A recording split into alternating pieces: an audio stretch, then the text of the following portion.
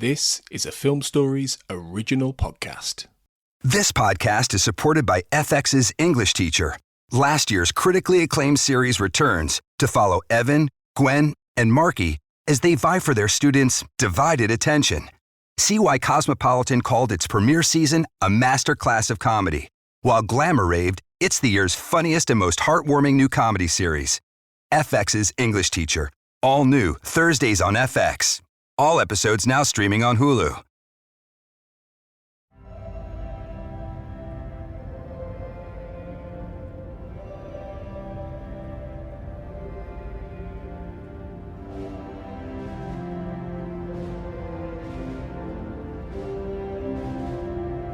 Hello and welcome to We Are Starfleet, a Star Trek podcast here on the Film Stories Podcast Network. We are covering Strange New Worlds Season 3. We're taking a look back at the season. If you've been tuned in with us, you already know that we have been feeling somewhat middling about this season. So, it should be no surprise that we're coming to you with an overview. We're going to talk about what worked, what didn't work, and maybe look ahead at some more positive things and talk about different elements that we really care about. So without further ado, I just want to let all the listeners know here that if you have not been watching Star Trek Strange New Worlds, you've probably tuned into the wrong episode of this podcast. Definitely invite you to check out wearestarfleetpod.com to take a look at the list of episodes covering this season and also the other many things that we've covered in the past, including Star Trek Discovery, the first couple seasons of Strange New Worlds. We've covered some Star Trek Prodigy. The list goes on. All right, so here with me today is the full bridge crew. We've got Ian Buckley, we've got Ashley Thomas, and we've got Craig McKenzie. We're all here on the bridge. We all have full names and full titles and full stories that are waiting to be told. So, Craig, I'm going to start with you because during this season of Strange New Worlds, I'm not going to lie, you've been a little harsher, maybe rightfully so. Maybe some people might disagree with you.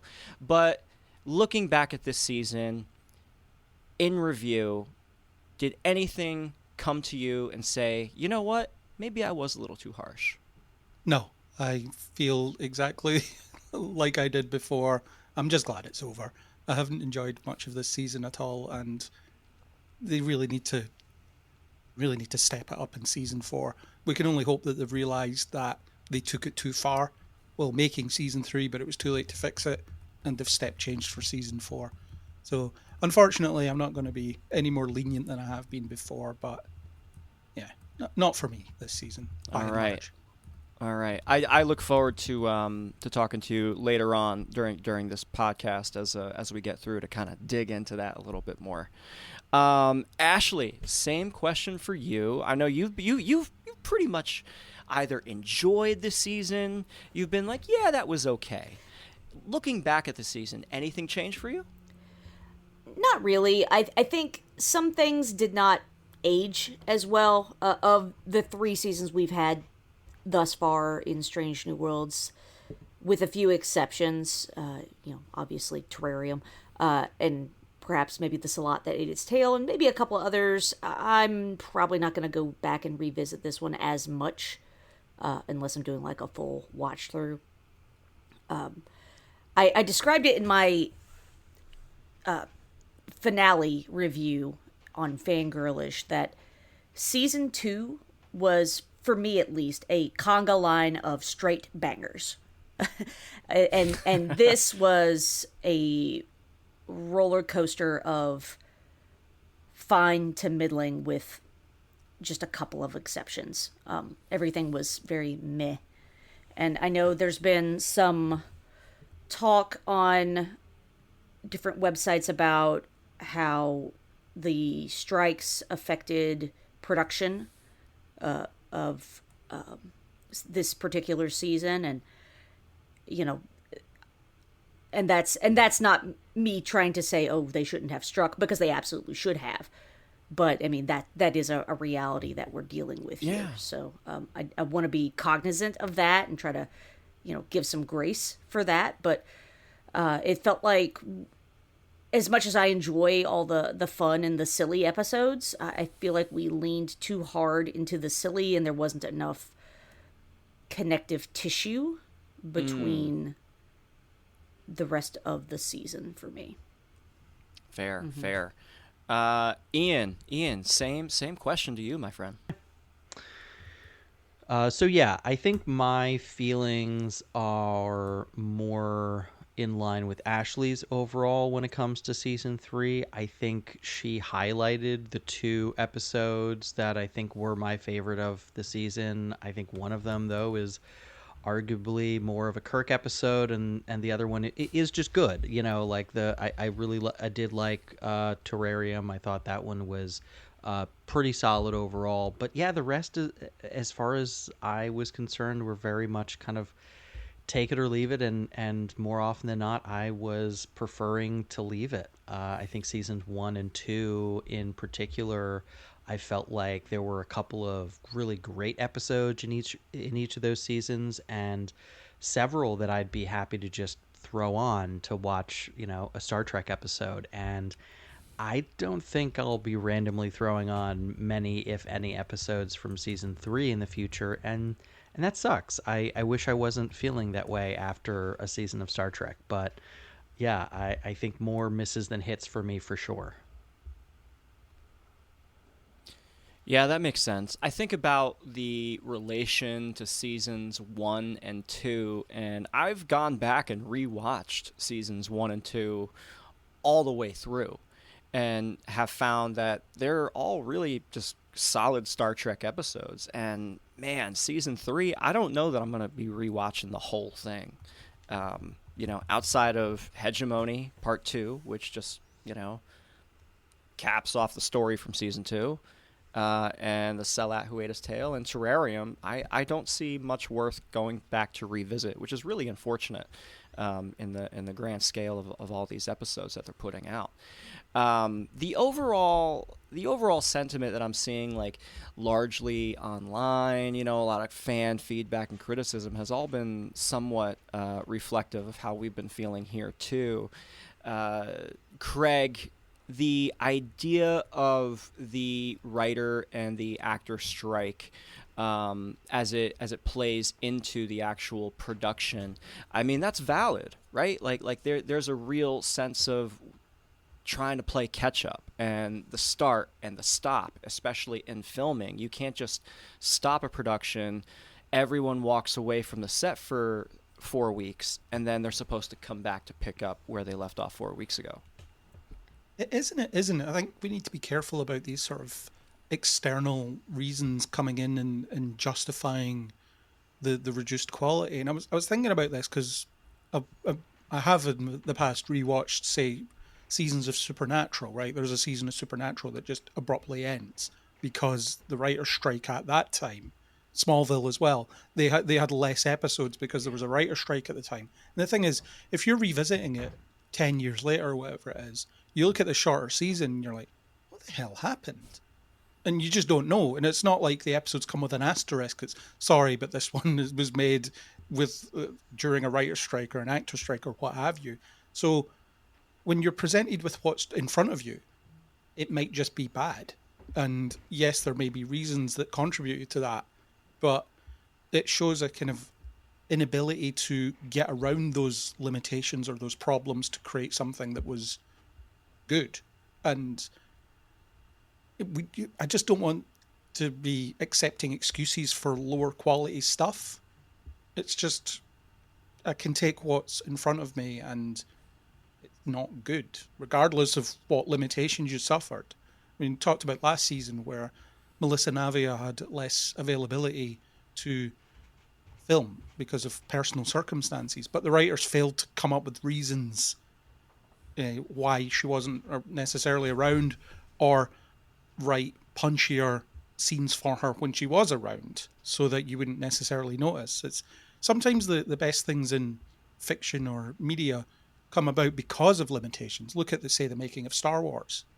They came up with things on the fly because filming in the desert was a nightmare. Or Apocalypse Now, everyone looks rough because there was food poisoning on the set or whatever it was. It's just sometimes these things can be a strength, and these things can be, well, necessity is the mother of invention, isn't it? It can be a way to innovate and come up with interesting ways to get around certain problems, rather than just being like, oh well, it's going to suck because there's a writer strike or an actor strike.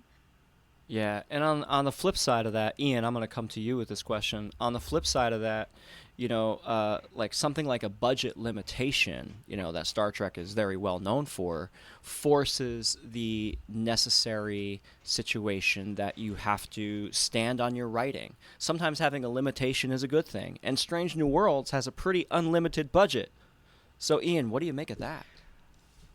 I kind of agree. Well, I agree with Craig, and I'll make a similar point. I would want to be careful about pointing to the resources that they have as the excuse for why they aren't,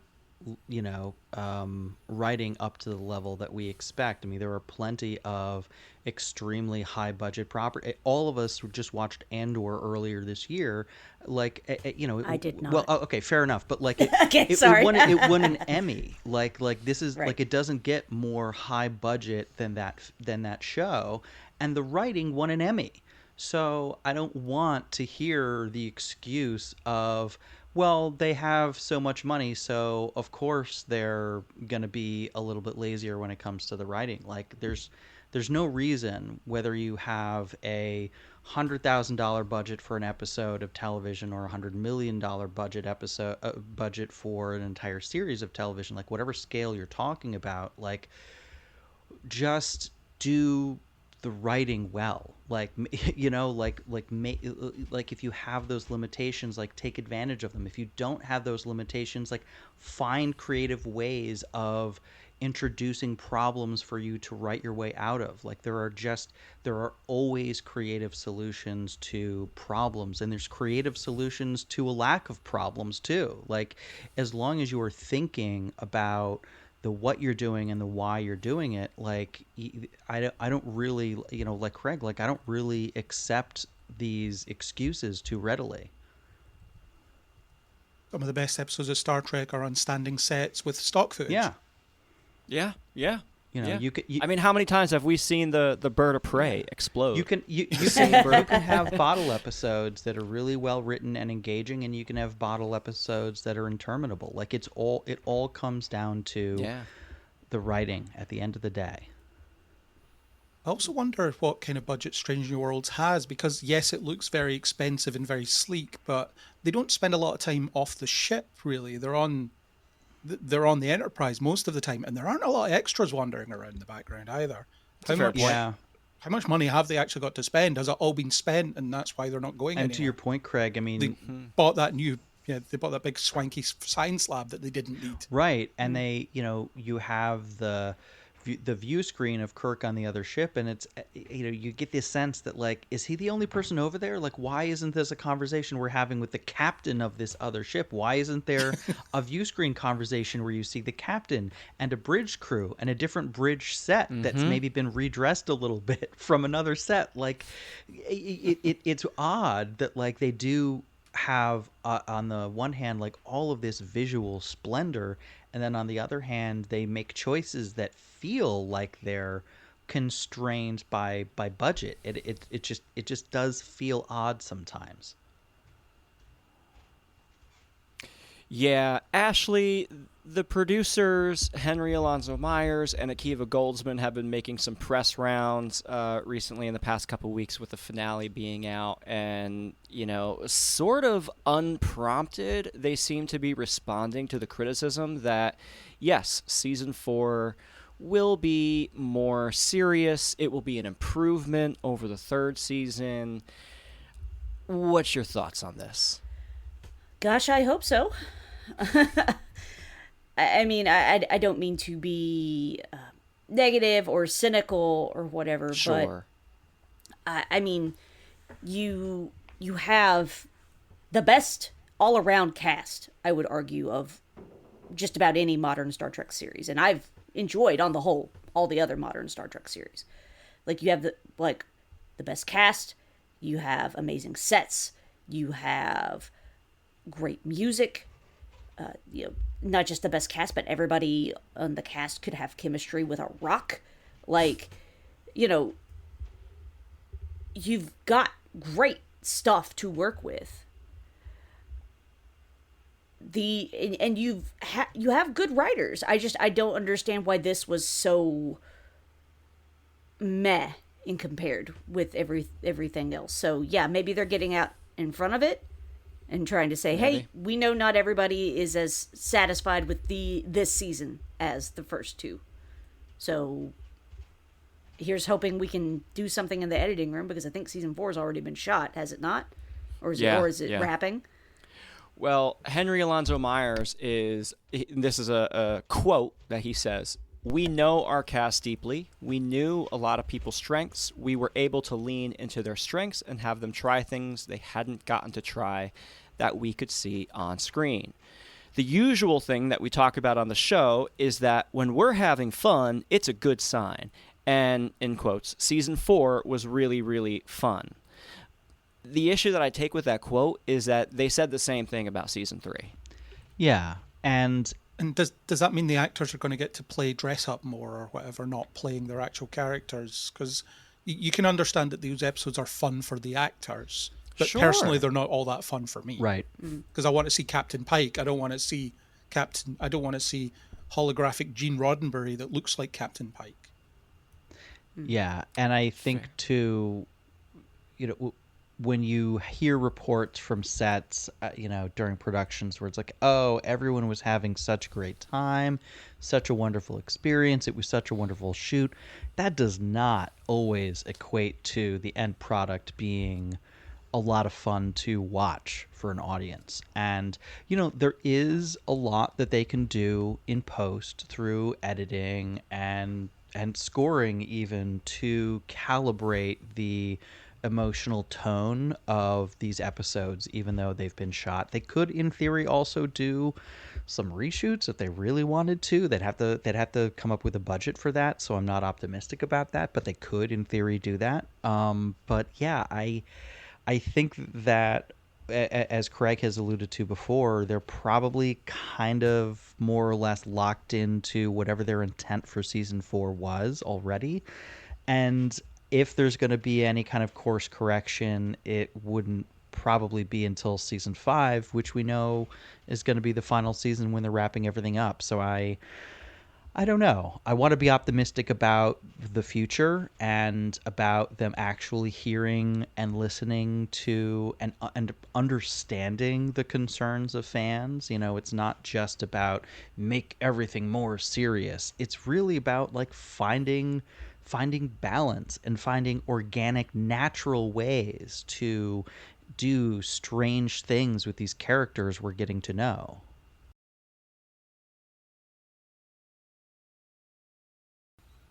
Okay, so we're gonna pivot now a little bit.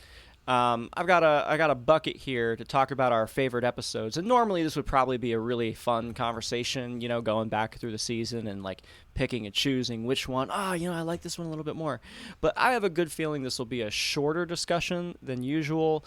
So, Ashley, I'm gonna take a stab in the dark and say Terrarium is your favorite episode of this season. Shocking to no one, yes. Terrarium is my favorite episode of the season. I would probably even argue that it's the best episode of the season. So. It is. Fair. Yeah.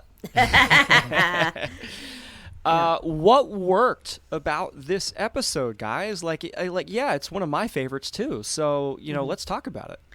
Well, I think... And maybe it's because I'm really dialed in to everything Melissa does on screen because she's my favorite character, and I connect with Ortegas quite a bit, but I also connect with Melissa as a person just based on what I know about her story and things like that. Feel like we have a lot of common ground.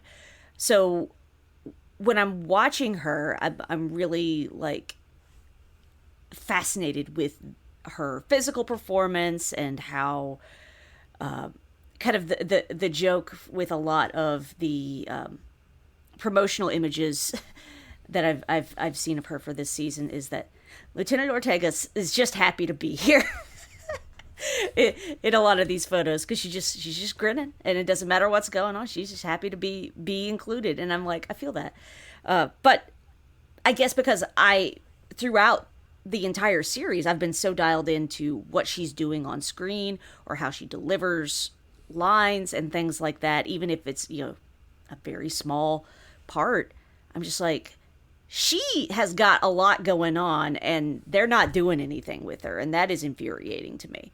And so the fact that you give her an entire episode where she is monologuing like for 75% of the episode, hell yeah. Like, and she just like killed it like the whole time.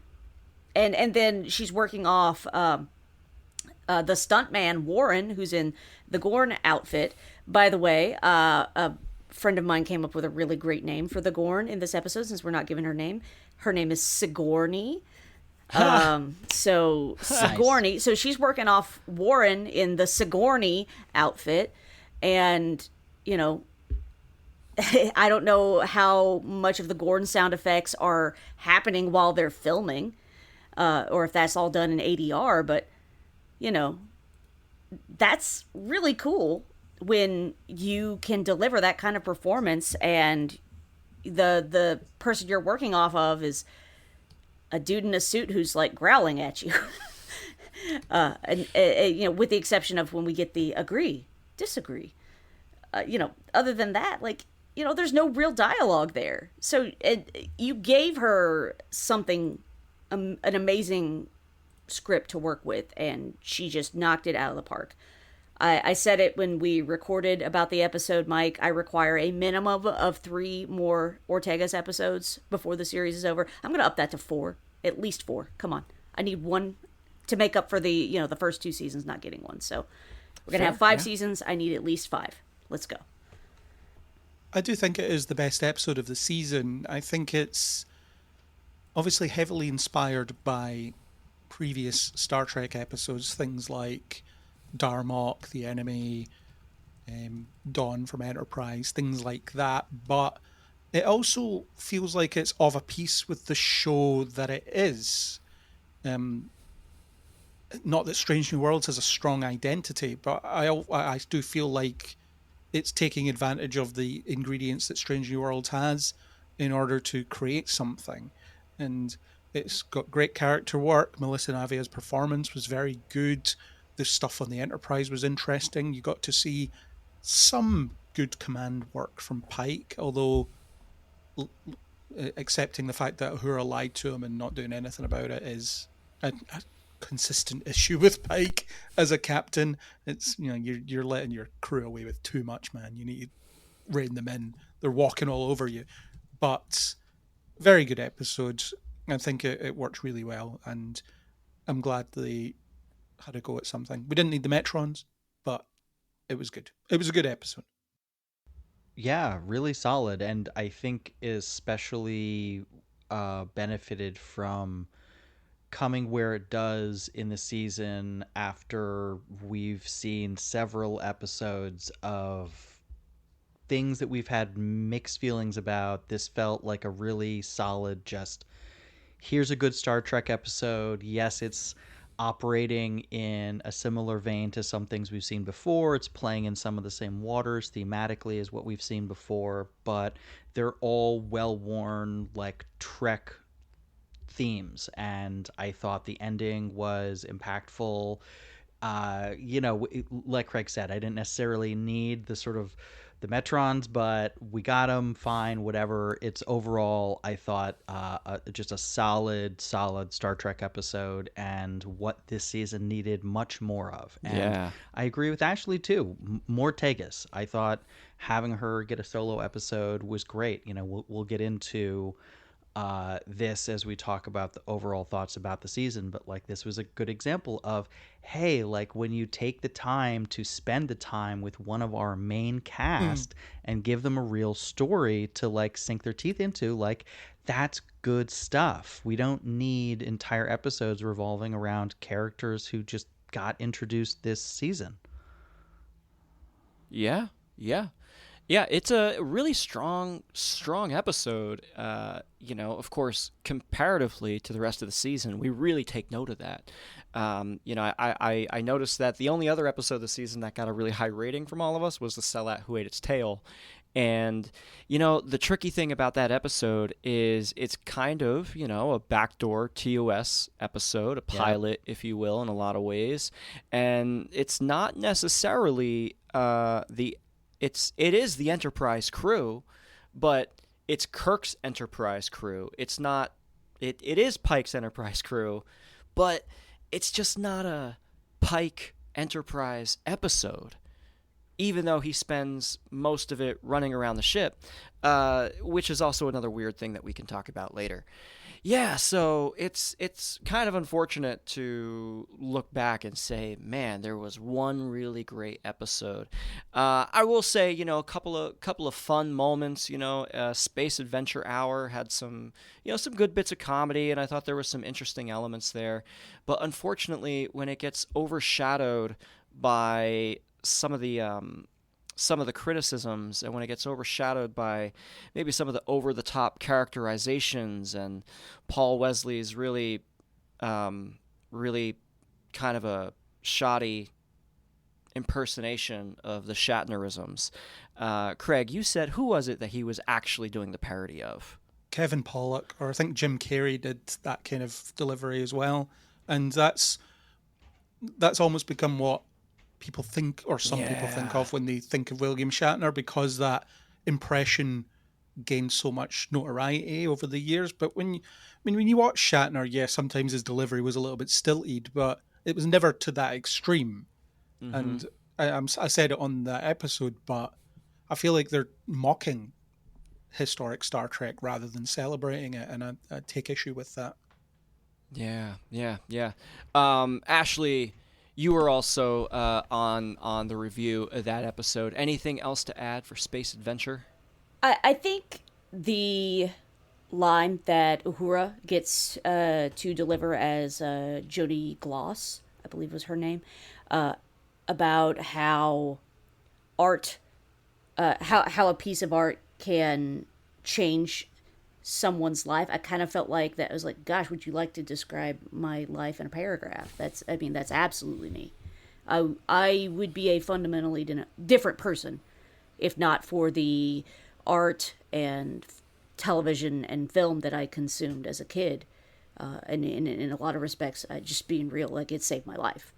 Like, that kind of thing matters to me, and that's why I care so deeply about telling good stories and making good art. Yeah. And so that I thought was emotionally significant for me, at least, watching it. I do think there is some commentary, or you could construe this as this is a commentary on generative AI and how, like, we get the wrap of the quote unquote mystery of the holodeck. Just for me, just felt me like, what? Oh, we're just gonna hand wave this out of the air. But the holodeck is literally generative AI. So let's work with that and talk about that. So I thought it was maybe interesting to interpret it from that perspective. Now, whether or not that was the intent, I mean, at this point, I don't know that it matters. Like, once a piece of art is out there, people can interpret it however they want. And we all have preferences for how things should be interpreted. I tend to lean a little harder into authorial intent, but that doesn't mean that it can't be interpreted in another way. So, yeah, that's fair. I still think that episode should have taken the big swing of La'an realizing that the best way to end the program is to kill all the characters, because there's none of them there.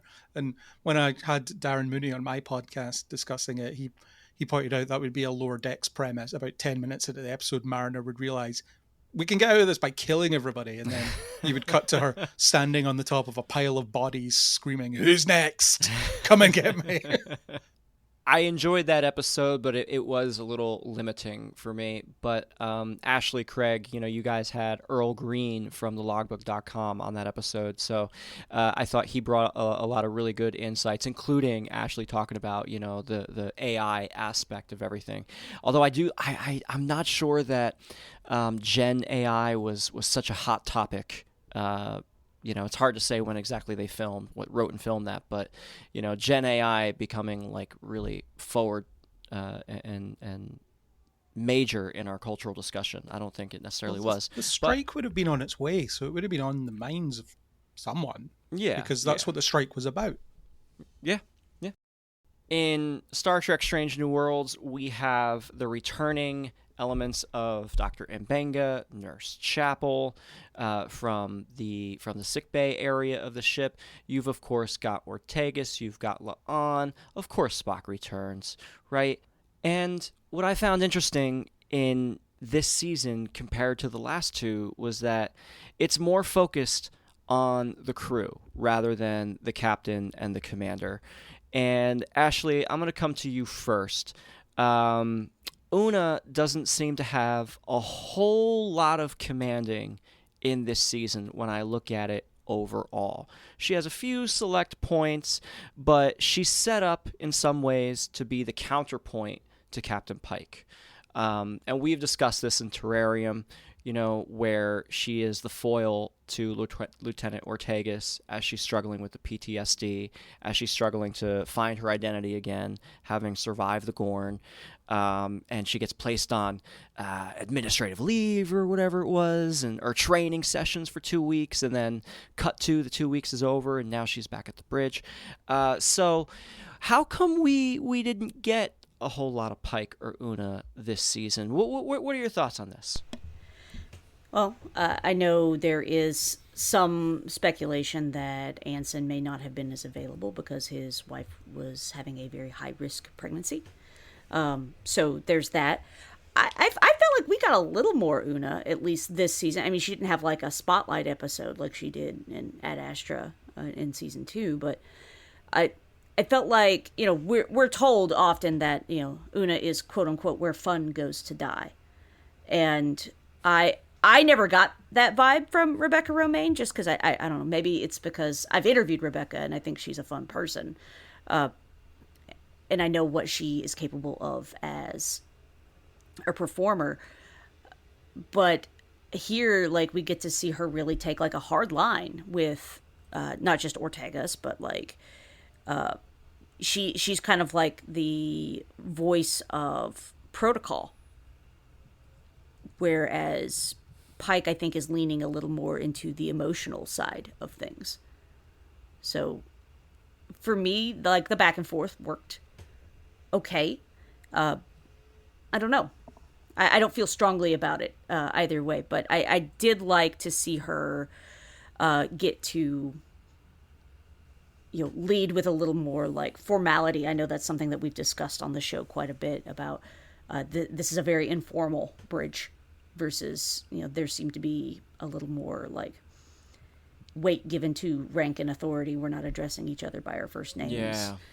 That sort of thing. Had another thought and it left my brain.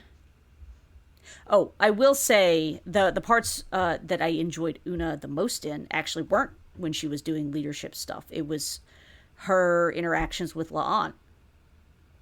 Because we get like a better insight into their relationship. I in my reviews, I referred to it as their sister time, when it's just the two of them getting to talk about serious stuff, because they're both like straight-laced and, kind of guarded, and they're not like that with each other. And I enjoyed that aspect. True. There's a scene, I can't remember the exact episode, but the scene in where La'an and Una are in the bar, and Spock comes in, and La'an shoos him away. This is girl time. Yeah, that's 4.5 Vulcans. 4.5 Vulcans. I seem to have misplaced that memory bank.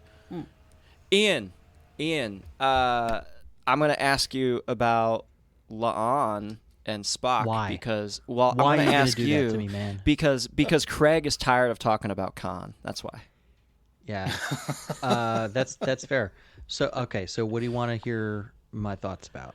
All right, with regards to Lon. So of course, one of my biggest complaints is the who's kissing who, right? And Spock is now in a I guess some kind of a relationship, so much of a relationship that he's leaving his Spock socks, in La'an's drawer. His clean socks. What a freak. So, I mean, the who's kissing who. Now he was with Christine. Now he's with La'an. Why am I using her first name? I don't know her. Nobody does. These is are this fictional doomed from the characters, my start? friend. Is this doomed from the start? Of course, it's doomed from the start. But where are they taking this? Where are they trying to go with it? Look, I think that on some level, one can always ask that question of a show that introduces a love interest that is very clearly not going to be the final ultimate love interest. And I think it comes down to things like chemistry and what the characters and the writers do with that relationship. So far, it's been a relationship that's mostly been off screen, which again, I think is a running criticism that we have, particularly of this season of the show, is that there are these moments of character and relational development that are happening off screen. We're getting updates on them through dialogue, or we'll get a scene of intimacy between characters, and their relationship will be in a different place than the last time we checked in with them. And this happened in other Star Trek shows. It's not like it's never happened before. It's not like it doesn't happen in other shows too. It's just that when you have so few episodes and you just kind of check in at these moments where it feels like you're just pressing like the fast forward button on these relationships, like I wouldn't have a problem with it if they took some more time, and maybe I'm alone in this. Maybe the last thing fans want is more time on this. But for me, I would have an easier time investing emotionally and caring about the ultimate fate of their relationship if I actually got to see the relationship. For me, I like each of these characters individually. I think they have the potential for chemistry together. Like Ashley said earlier, I think a lot of these actors have a lot of potential chemistry walking around. I just want to see more organic, natural growth and have some of these relationships and their development tie into the larger plot for that week's episode. Like there are ways of doing what they're doing better. And I get a little frustrated by not seeing it. Well, I think the same problem exists with the Pike Una, I guess, working relationship and the Spock La'an, fling or whatever it is that they're engaging in. It's just that the writers seem to be averse to giving the characters things that will challenge them and perhaps make the audience uncomfortable in some way by having them work through those challenges. So everything's so nice and cozy and familiar, and it's just unchallenging to watch. So then you have these characters not suffering these significant disagreements that linger for any length of time. They're usually resolved quickly or off screen in a lot of cases. So the one thing I was begging for them to dig into, for example, was with the Pike Una command parents, if you will, side of things. You've got this notion of Pike doesn't like to tell his crew off. He's not comfortable with it. So Una does it. And she's the one that pulls Ortegas up. You could have had her chastise Uhura for lying, for falsifying data, all that stuff. It's just Pike leaves the disciplining to Una because she's more comfortable with it. And then you have a dynamic there, you have character there, you have something interesting. In the same way that Spock and La'an defining what this relationship is it based on an attraction? Is it based on the fact that they both see the world in a certain way? And I would have just been happy with the fact that they effectively just dance together because that helps them work through things. That would have been actually a more interesting platonic relationship for me, a more because platonic relationships can be intimate in their own ways. Right. And it could be, we get together and we dance. That's what we do. That's the intimacy that we share. You know, it's especially for Vulcans, they're touch telepaths. Touching is very important for them. Remember in Enterprise, T'Pol did not want to be touched because it's just such it's a more intimate experience for Vulcans. So you could have really had something there in the same way that you could have something anywhere. I mean, Pike and Battelle, how does Pike feel having his quote-unquote girlfriend around who's just on the ship while he's trying to do his job? You saw plenty of that with Sisko and Cassidy Yates in Deep Space Nine. It was that conflict there. Again, we're averse to conflict, and there's plenty of potential for us to explore it, but we just never do because everybody has to be all nice and familiar and friendly to one another, and it's just a bit. Yeah. You watch an episode and you're like, yeah, okay, things happened, I guess. Yeah. There's definitely the sense of like, Ian, as you mentioned, things happening off screen all the time. It seems like most everything that us as viewers would be interested in seeing seems to happen off screen, which is really unfortunate, and just throwing in the lines of dialogue.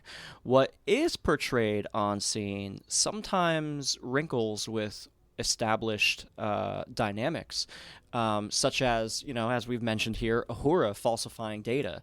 That is extremely out of character for her. And, Ian, I'm going to come to you for this too. She's been treated as relatively safe on the Enterprise. They haven't really gone out of their way to give her a truly challenging sort of character dynamic. She is shown as being smart, resourceful, very capable of leading her way out of a lot of different situations. So any theories as to why they're not really taking chances with Uhura? Theories? I think they're trying to serve too many. I think they're just trying to serve too many masters, so to speak. I mean, I think they are running wild with, what new twists on storytelling methodology can we fit into this season? How many new characters can we introduce into this season? And I know that, like, yes, one of the characters that they introduced was one who bounces off of Uhura's character too, so there is something for her to do with that character. It gives her something to do this season, but I don't love that the only thing they kind of gave her to do of note this season was to get interested in a boy.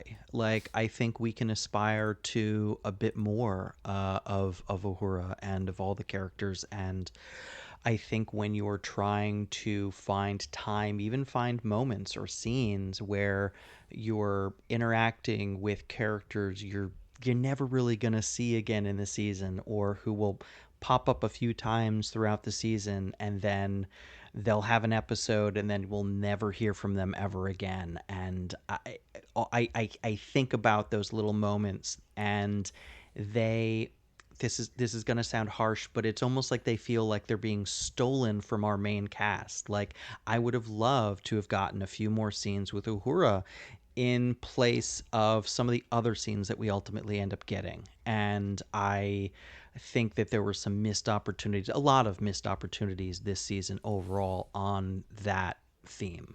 Okay. So I'm going to disagree with you just a little bit, Ian. I'm gonna say Uhura was given more to do, and for whatever reason it's not registering, or at least the stuff that she was given to do actually kind of is more dynamic than we actually get to see Uhura do in TOS.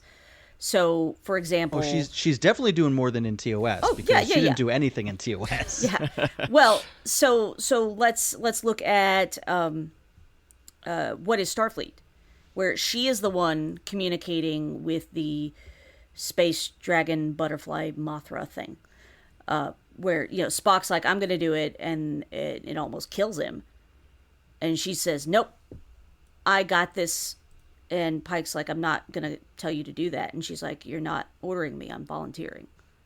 And so she does it, and she does it successfully, and to me that harkens back to what she did in season 2 in episode 6 with the I forget the name of the creatures that were communicating with her through like her dreams and visions that she was having, because she's the communications officer. And she did that again in season 2 in Subspace Rhapsody, where she figured out, this is how we get ourselves out of this situation. She was the key there. So in We Are Starfleet, she did that. Or what? No, We Are Starfleet. We Are Starfleet. In What Is Starfleet? She did that by communicating with the creature. And then in Terrarium, she's the one who has figured out, okay, she and Spock work together on this, but they team up, but she's the one like leading the charge. Like she's like, I'm not giving up. I think they gave Celia a good bit to do, and what she did do was fantastic. I mean, I think we're looking at it from two. I think we're looking at two sides of the same coin. I think you're looking at the couple of times that they deployed her well this season and saying, look, they did a good job deploying her. And what I'm saying is that wasn't enough. Okay, fair. Could have given her so much more to do this season than they're giving her. Well, and I think, I've said this before. I started saying this last season. Part of the reason that, besides Ortega's being my favorite character, I kind of felt like what screen time Melissa did have was kind of getting overshadowed by what they were doing with Captain Patel. And that's no shade on Melanie Scrofano, because I think she's a great actress, and I think right. And I like Captain Patel as a character, but she's not a main cast member. Why does she have so much of this story? And here and yes, see, Ashley, this is the point I'm kind of getting at is like the servicing of these characters who are not part of our main cast at the expense of characters who are part of our main cast is frustrating to me. I think especially when you only have 10 episodes, and one of them is going to be a season premiere and one of them is going to be a season finale. So you got 8 regular ass episodes. Serve your main cast, or give more episodes to the show. Like you can't have it both ways. Right. Okay. Well, on the Ortega's point as well, it's very bizarre that they introduce a brother who gets more screen time than she does. Mm-hmm. Yes. It's insane. A little bit frustrating, isn't that? Our response to the least served character in the show is to introduce a family member that gets more screen time than she does. You haven't really solved the problem here, guys. In fact, you've compounded it. When we're talking about hashtag Mortegas, we did not bring in an additional Ortegas. We just want every season. We want more time with the one that we already have. Yeah, they found a there'll be a cousin next season. Yeah. Well, it's interesting in season 2 in the Among the Lotus Eaters episode. If you pause and you get when Erica pulls up her on-screen profile, she's like, I can't even remember who I am. Who am I? And you see that she lists her parents, who I'm gonna now assume are both deceased. Her a sibling whose name we can't make out, and another sibling named Fabola. And I'm going to assume Fabola is deceased too, because we're never hearing about her. So, I guess the name season. We can't make. Maybe again, we're gonna have an Ortega's family reunion. Here's secret sister Fabola. But anyway, yeah, it's that was not what I meant when I said I want Mortegas. And again, it's not a slight on Minor Lucan, because I think he was perfectly charming, and was very believable as like Erica's brother. They played well together as siblings, and I did like that dynamic. I'm not mad about it, but that wasn't what I meant when I said hashtag Mortegas. Yeah. And I'd throw Kirk into the criticism too. Like, I as much as I think the portrayal is pretty good, it's Strange New Worlds, man. Like, he doesn't need to be in every other episode. One a season, maybe 2 was okay. It's getting to the point where every time he appears on a view screen, like, I want to laugh. I'm like, of course he's in this week's episode. I just wish they'd done every time you see him, it's an alternate reality of some sort. I wish they'd continued to tease the audience with that. Right. It's not the Jim Kirk you want. Yeah. You get Kirk, but not the way you want it. Be careful what you wish for type situation. I mean, I just absolutely loved in season 1 when they have, Kirk to the bridge and Yeah, the and Sam doors Kirk. open and Sam walks out. Why do we just not have Sam Kirk involved Poor in this Sam stuff? Kirk found dead in a ditch. He doesn't get Yeah. anything to do this season. Yeah. He gets... Even when he should be there, when it's an anthropological problem, Yep. he's not there. Yep. In fact, we had gaslit ourselves into thinking that he was there because he should have been there when he wasn't. That literally happened on this podcast. I'm looking at season 1, and this kind of brings up one of the talking points I have a little bit later, which is, if you guys look at the notes, do we need Strange New Worlds to be an origin story for the Enterprise crew members? And I'm thinking about season 1, and, we knew we had Uhura. Okay. We had Sam, of course. We had Spock, of course. These are the crew members. Christine Chapel and Mbenga are the crew members of the TOS Enterprise that we know, and these are the returning original series characters that we're getting to meet for the first time. But now we have Jim Kirk in more episodes. Now we've got Scotty in these episodes, and everyone's wondering who's going to be the next TOS cast member that they introduce. Which character are they going to bring in? Is it going to be Sulu? Is it going to be Chekhov? Who are they going to name drop next? So I'm kind of wondering here, Craig, do we need all this? Because like Ian's talking about, it's taking away from all of our story time. No, and I think in some cases it's undermining what this show can be, because we know so many of the characters have a fixed end point, even though it's a new timeline. I'm finally saying it for the first time on this podcast, but this is a new timeline. They've confirmed it. However, the producers / writers don't seem to realize that, so they're still essentially adhering to the big stuff. In Prodigy, the big stuff has to happen or whatever. So it's undermining it to some extent, but also we've got like Chapel, and because she's a character being written in, well, now 2025, whatever year the first season started, she has to be more rounded than she was in the original series, because things have moved on, and if she's just what she was in the original series, it wouldn't quite cut it.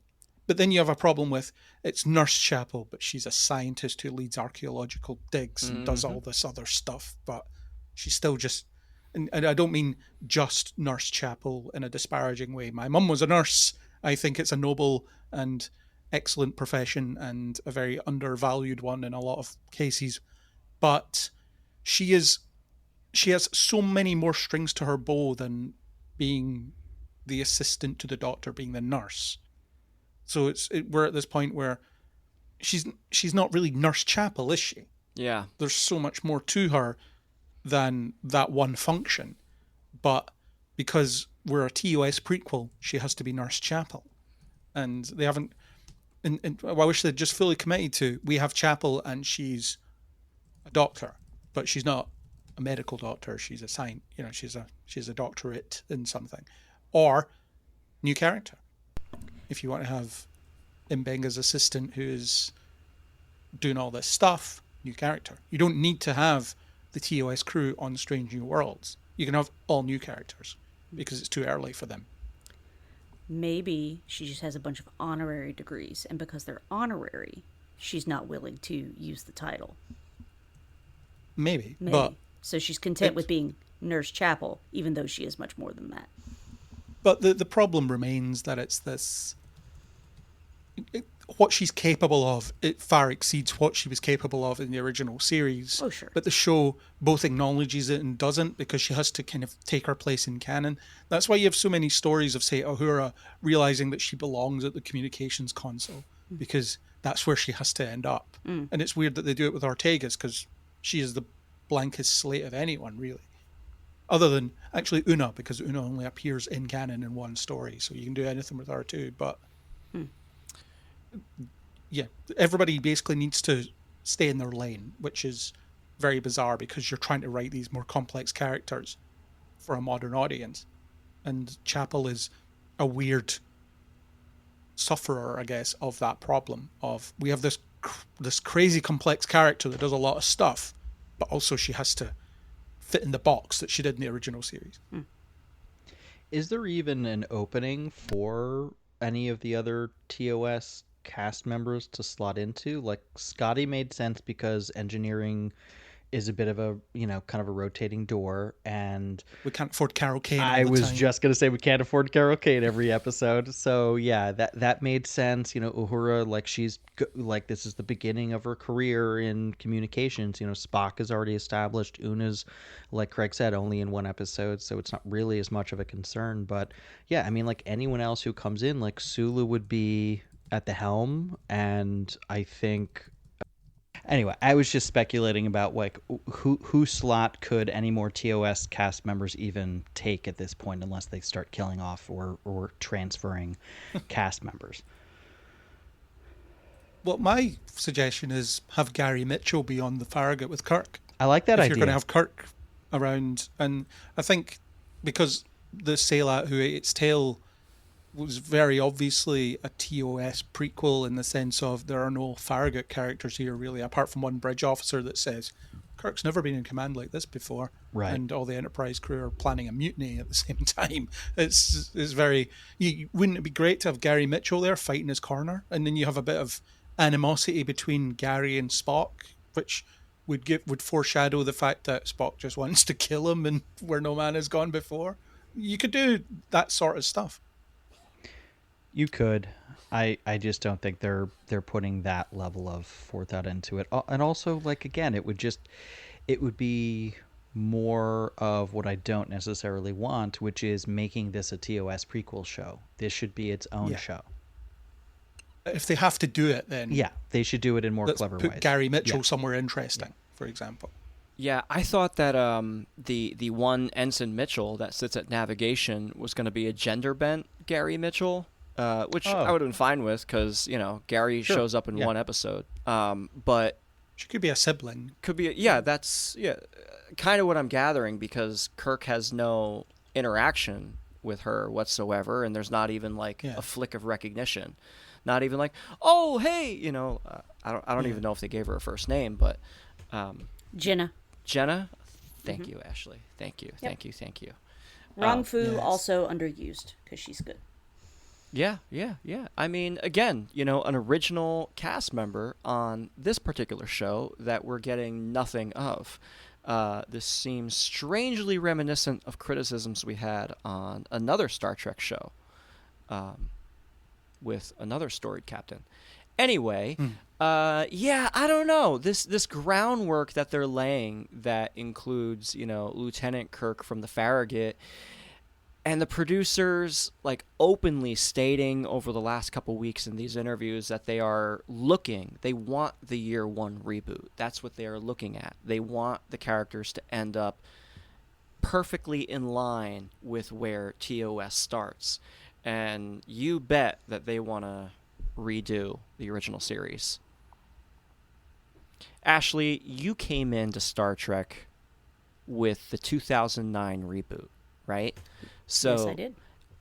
I would love to ask you the question, when you hear about, the producers, okay, they want to start the TOS reboot, they want to line up with year one is what they're theoretically calling it. How does this make you feel? Because you've watched everything pretty recently. Yeah, and I will say, of all the Star Trek I watched, I did have the hardest time with TOS. And, at that point in my life, I hadn't been watching a lot of, like, 1960s TV. Now I do that for my job. But for me, like, I really liked the characters, but the pacing was kind of challenging for me. I'm not the kind of person that's bothered by looking at old sci-fi sets. I actually think those are very charming. Whether they're, high or low budget for the time or whatever. Like, I just enjoy looking at retro sci-fi. I aesthetically, that is very fun for me. I hear but you. Yeah. I know that is not the prevailing sentiment of most folks, like, who are much younger than us coming to Star Trek now. And I think Strange New Worlds is probably the most accessible of the new series, aside from Prodigy, which is, meant to serve a younger audience as an introduction to the Star Trek universe as a whole. So I think making Strange New Worlds more accessible and leading to a soft TOS reboot is okay with me. That doesn't bother me, because that means more people are watching Star Trek. Sure. And I would like the hope and the sentiment of Star Trek to make its way into our society at large. And frankly, putting it behind a paywall on Paramount Plus is not the way to do that. No. Big mistake. Yeah. So, let's... if you're going to limit it to 10 episodes and they're all within that hour time span, I don't see a reason you can't run this on broadcast TV and make it more accessible. Yeah. I mean, they're kind of doing that, running it on the Star Trek channel on Pluto TV. They're doing that with all the old series, and for a while they would run like the first season or 2 seasons of Strange New Worlds on there too, temporarily. But the first run international rights for Discovery, because Paramount made a complete arse of that. Yeah. Just international distribution. Yeah. So again, like, if we're making Star Trek more accessible for a modern audience who doesn't have the patience to go back and watch a 1960s TV series, then that's fine with me. As much of a completionist as I am, I don't think you have to go back and watch everything unless you really want to. And then by all means, it's fun. Let's do it. But I just don't think TOS is as accessible to a modern audience now than it was, even 16 years ago when I started watching Star Trek. And it doesn't necessarily have to be, does it? No. Because it was made of its time. I mean, Star Trek has, until recently, been of its time. I don't think Strange New Worlds is particularly of its time. I think it's very beholden to older eras of the show, which is to its detriment. But if you look at the sensibility that governed The Next Generation, it was, we don't even want to mention the original series. We want to do our own thing. And by and large, they did that. Because there was the episode Sarek, for example, where apparently there was blazing arguments with Rick Berman about saying the name Spock. That's how much they didn't want to dig in. And then after they'd established themselves as their own thing, they were like, let's do some guest spots from original series actors. So we'll get Scotty for an episode. We'll even get Spock for 2 episodes. Well, 1 episode, really. He only shows up for like 5 seconds at the end of the first part.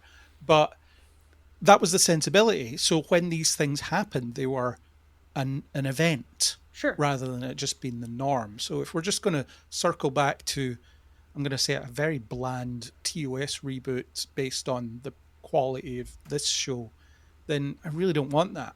But this Paramount Skydance merger thing, things are changing anyway. Yeah. I think it's going to be like Star Trek Legacy. There'll be some people that are yelling for it and they're just never going to get it because that is not the plan. There is no event. There is no real appetite to make it. There is no suggestion that anybody's going to really engage with it.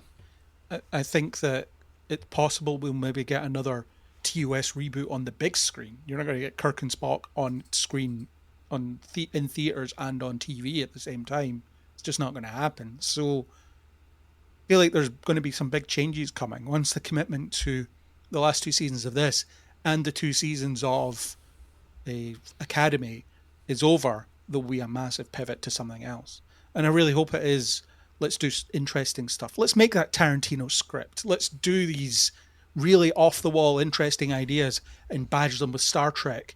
And then we can just get some really compelling science fiction.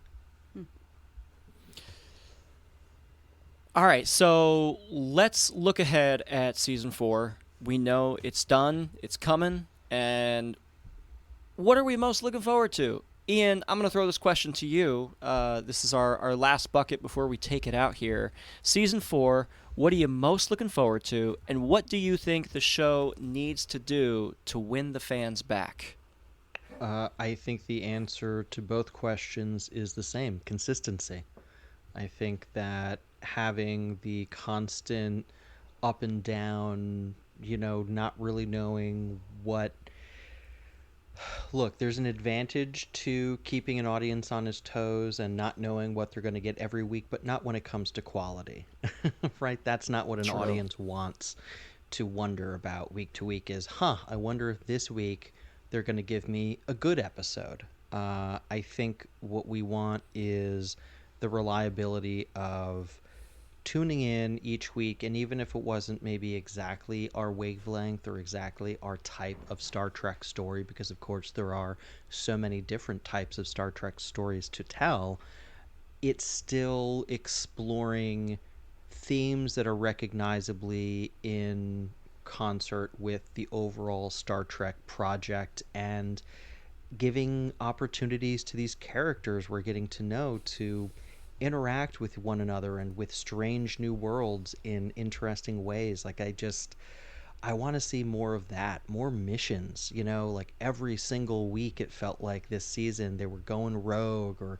going on a secret mission, or some gimmick was kind of obscuring what would have otherwise been a more straightforward episode. Like, just give us a little bit more norm before you deviate from it so much.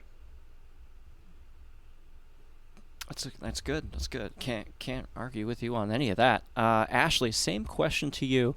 Season 4, what are you most looking forward to, and what does the show need to do to win us back? I think I'm just going to echo what Ian says. Consistency, I think, is going to be the biggest key, and I think that's been the issue with this season, is it was wildly inconsistent. As always, bang that gong, Ortegas. And you know what? I'm actually really looking forward to the Muppet episode. I think that is really fun. I am too. Yes. Thank you for saying that. Because I love the Muppets. I have long enjoyed the meme circulating now for a couple of years that was by comic artist, I want to say his name was David Thomas. You can follow him on Instagram as Batman Comics. He created because Ortegas was described as a chaos Muppet, and he literally drew a chaos Muppet. That's great. Of Ortegas, and it was beautiful and amazing. I want more chaos Muppets, because I too am a chaos Muppet. Let's do it. Let's do it. I'm looking forward to that. I think the other thing I might look forward to is just hearing what Nami Melamod does with the music. I think even in the episodes that we all found the most frustrating, the things that she was able to do musically in those episodes were really, really good. In particular, I think of 4.5 Vulcans. Like, that ballroom dance scene that started with the Amok Time fight music and then evolved into this beautiful symphonic ballroom dance piece was absolutely gorgeous. Give that girl more to do, please and thank you. And also, can we get it on vinyl? I want it on frickin' vinyl. Let's go. Yeah, the Star Trek merch shop is really lacking in certain things. Yeah, please and thank you. Let's go. There you go. Craig, I'm not going to ask what you're looking forward to necessarily, but yeah, what does this show need to do to win you back? Yeah, I'm not necessarily looking forward to anything. I'm not looking forward to the Muppets episode because I don't think there's going to be any deeper significance to it. I think it's just going to be Pike and possibly others turn into a puppet for an episode and we'll have some laughs. And if you're going to do a gimmick like that, I really need it to further something, like the Angel episode, for example. That furthered quite a lot within that framework.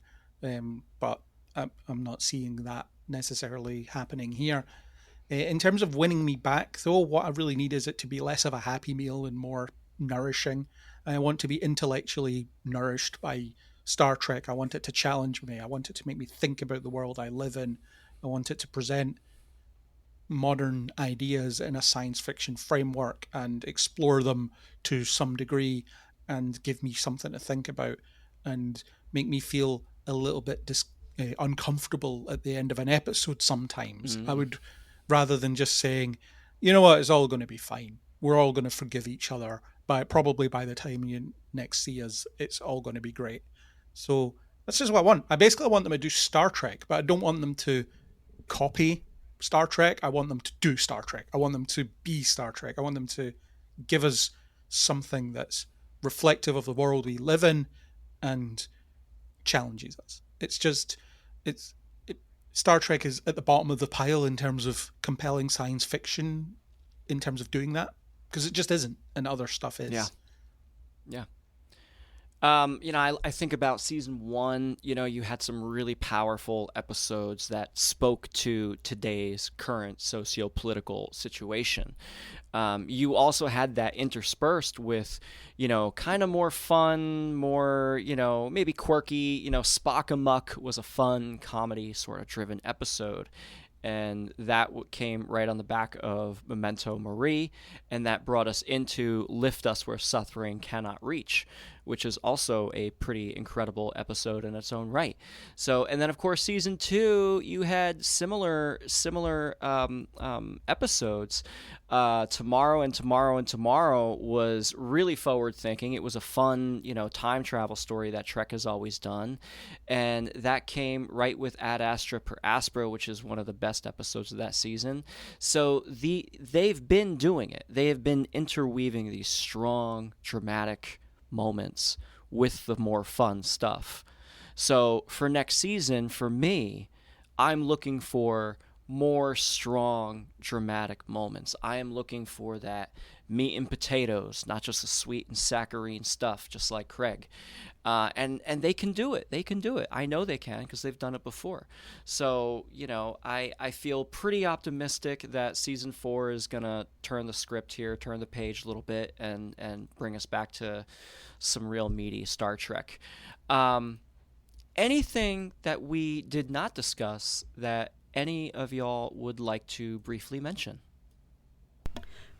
Could I offer a quick correction? Please. The cartoonist that created the Ortega's Chaos Muppet is Andrew Thomas, and he is I only found his Twitter, which he doesn't use anymore, but he is on Instagram. His link tree is the Fat Man Whole Letters, the Fat Man Who Letters. Glad I can read. So excellent. linktr.ee/the Fat Man Who Letters. So check him out. Andrew Thomas, thank you for that glorious bit of fandom awesomeness. Hey, he might have introduced the little brainworm that said, "Hey, make a Star Trek Muppets TV show." I do hope he is credited because his Chaos Muppet Ortegas is glorious. I wouldn't count on them crediting I know. anyone that did anything that inspired them because they never have. Yeah, I know. Here's hoping. Any last things before we move on? I think it's mostly covered in all the various episodes we've done over the season. Absolutely. The deep dives are there. Absolutely. Folks, the entirety of our podcast coverage can be found at wearestarfleetpod.com. Check it out. Make sure you jump into the episodes for more deep dives to hear more about what we individually think about the episodes. We Are Starfleet is hosted by myself, Mike Slamer, Ashley Thomas, Craig McKenzie, and Ian Buckley, and we can be found on each of those episodes in various permutations and combinations, sometimes with a guest and sometimes just with each other. Ashley, before we tune out, where can we find you out there in the internets? Sure. If you want to connect with me on social media, I am mostly on Blue Skies these days, but I also have a Mastodon and Facebook as well. I'm at The Nerdy Blogger. You can read my words on my blog, nerdyblogging.wordpress.com. You can read my words on fangirlish.com, where I write about film and television, mostly Star Trek. You can hear me, aside from here on We Are Starfleet, you can hear me on Podcast 616. That's Podcast-616, where I'm talking all things Marvel and MCU related. You can also hear me on the Video Store Podcast. That's videostorepodcast.com, where myself and a battery of rotating hosts offer film recommendations like what you might get in a video store. And if you want to hear me talk Gene Roddenberry and TV history, tune in to Mission Log Genealogy. That's a a show I host with Earl Green, where we talk about Gene Roddenberry's pre-Star Trek TV writing, kind of looking to see if the morals, meanings, and messages that he wrote into Star Trek first showed up in his earliest work. And you can check that out on missionlogpodcast.com. You can mostly find me on Kneel Before Blog, so that's kneelbeforeblog.co.uk. I reviewed every episode of this season, and unfortunately they very rarely were high numbers in terms of out of 10 rankings, but it's all there. Hopefully I justify myself in some way. There is also a podcast about this season over there that you can listen to as well, where guest Darren Mooney turned up, and we had got a 4.5 hour episode out of chatting about this season, which is less than half the length of the season, so you're welcome, I guess. I also review films and stuff. I've reviewed a few films recently, actually.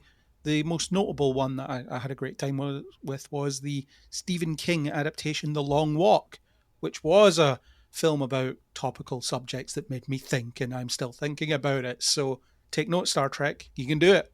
Because other people can do it, you can do it too. And that's mainly me. You can find it on all the socials under Kneel Before Blog on Facebook, Twitter, and Blue Sky. So there you go. Great.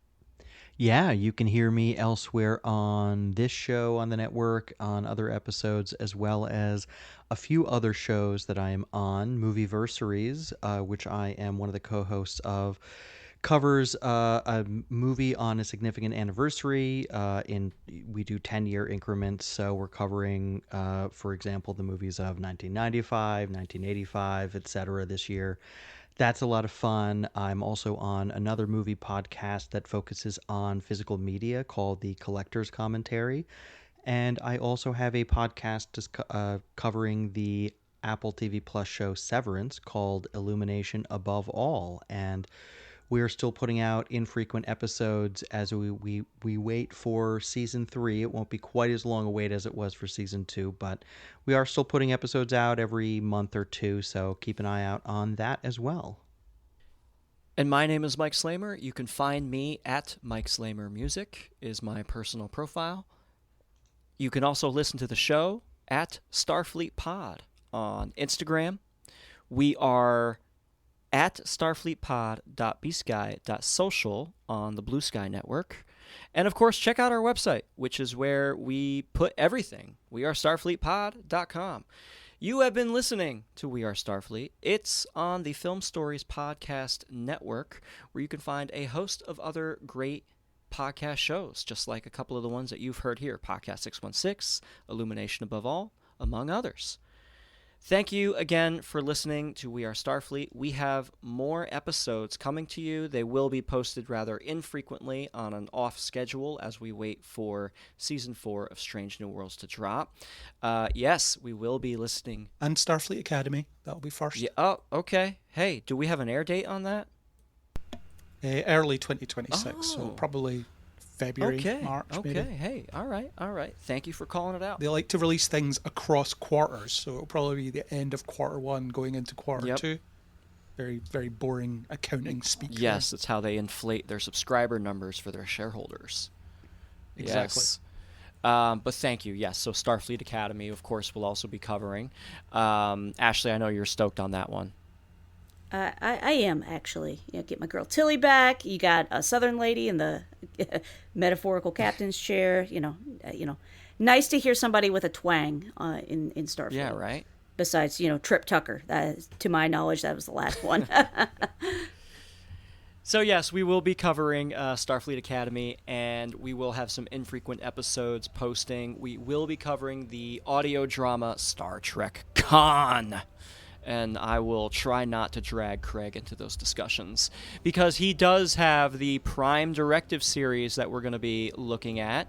That's an exciting one. Craig, you want to tell us a little bit about the Prime Directive series? Yes, so we did First Contact for First Contact Day. Was it this year? Yes. Yeah, it was. So decided to dig in a bit deeper and explore the Prime Directive from a variety of angles, because not all Prime Directive episodes are First Contact episodes, and so on. So got a few angles on that, plus some episodic homework to watch and digest. it's with Strange New Worlds kind of as the central point in terms of how they've handled it, and then exploring how other episodes of older Trek shows have handled it. So there's going to be plenty of nerdery in there in that series of episodes. Excellent. Yeah, I'm looking forward to it. We're also going to be talking a little bit about Prodigy's second season, so be on the lookout for those episodes. Another review for Star Trek Asylum, which is a tie-in novel centered on Una Chin Riley, written by Una McCormack. We do have an episode that she has guested on, so be on the lookout for that. And finally, folks, thank you so much to you for listening to our podcast. That's pretty great. And big thank you to the guests on the show this season: Jeff Owen, Wedding Bell Blues; Earl Green for A Space Adventure; Ian Ramsey for 4.5 Vulcans; and Charlene Schmidt for Terrarium. Once again, this is Mike, Ashley Thomas, Craig McKenzie, and Ian Buckley. We are signing off on Season 3 of Star Trek Strange New Worlds. Let's go.